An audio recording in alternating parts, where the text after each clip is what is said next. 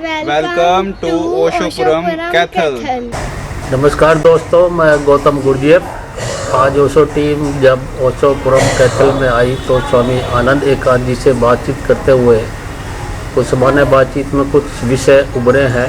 तो मैं उनसे ये जानना चाह रहा हूँ कि जैसे ओशो टीम पूरे भारत का भ्रमण कर रही है तो उसमें एक बात निकल के आती है कि कुछ आश्रम अच्छी व्यवस्था, अच्छे अकोमोडेशन ये सब होने के बावजूद भी वहाँ पे ओशो सन्यासी नहीं जाते हैं। तो इसके स्वामी जी आप बताइए कि क्या वजह हो सकती है।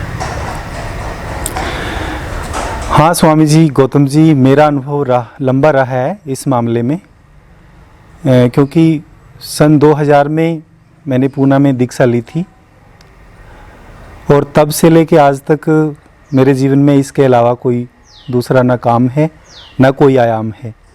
ये ओशो का ही जो मैसेज है, ध्यान से जुड़ा हुआ ओशो की वाणी है, उसको ही हम जो भी मित्र आता है उसको शेयर करते हैं। तो लेकिन जब आप एक जगह पे कंटिन्यू रहते हैं तो लोगों को धीरे धीरे पता चलता है कि आप क्या कर रहे हैं, कैसे जी रहे हैं और आपकी जीवन शैली क्या है, आपका बिहेव क्या है। तो वो लोग देखते हैं, ऐसी बात नहीं है। जो भी आपके जीवन में है, लोग सीधा सीधा आपको देखते हैं और उसका असर लोगों पे सीधा पड़ता है। ओशो को लोग बाद में देखेंगे, पहले वो हमें देखते हैं कि हम कौन हैं, क्या जी रहे हैं, कैसे जी रहे हैं, क्या बिहेव है। तो वो असर जो सीधा पड़ेगा वही मित्रों को ओशो से जोड़ने में सहयोगी होगा और यहाँ पे हो रहा है। और धीरे धीरे जैसे 10, 20, 50 मित्र ऐसे एक संग बनता है जब मित्रों का, तो फिर काम कोई मुश्किल नहीं। तो मेन यही हुआ कि जो ओशो ने हमें दिया उसको हम रियल में अपने जीवन में धारण करें, उसको जिएं, उसको अपना अनुभव बनाएं और उसी अनुभव से जीवन जो लेके आए उसको हम बांटें और वो बंटेगा ही। तो मेरे लिए तो यही था कि मैंने ध्यान को जीवन बनाया और ध्यान मेरे जीवन में घटा, उसको मैं बांट रहा हूँ मित्रों के साथ यहाँ संघ के रूप में। और वो मैसेज चारों तरफ फैल रहा है। नए नए लोग, नए नए स्टूडेंट्स हैं, युवा जनरेशन है, ओशो में आज बहुत उत्सुक है।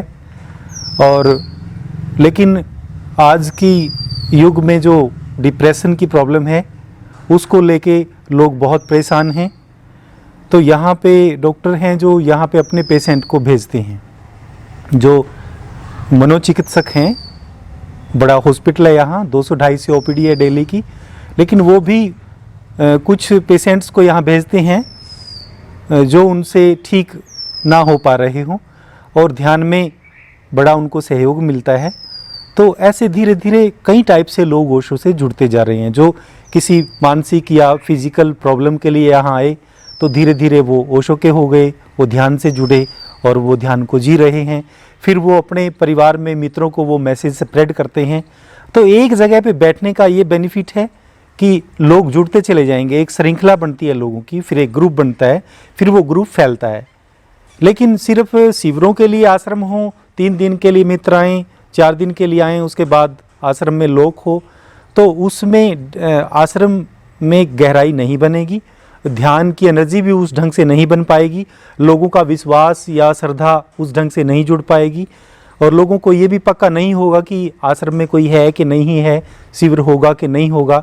लेकिन यहाँ पे तो चाहे शिविर हो या ना हो, हम हमेशा उपलब्ध हैं और मित्र आ जाते हैं मिलने के लिए भी, वैसे भी, और ध्यान शिविरों में वीकेंड पे या 3 दिन के ध्यान में।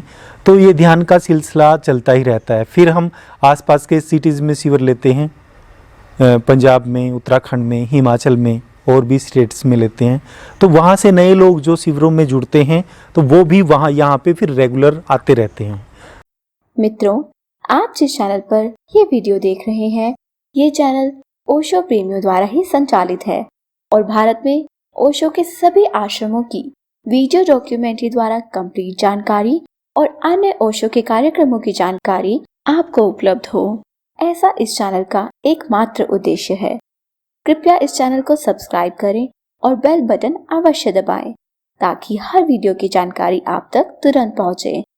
सद्गुरु ओशो का यह संदेश, I leave you my dream.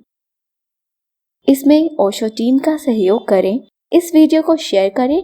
Osho team की तरफ से बहुत बहुत प्रेम व धन्यवाद। ओशो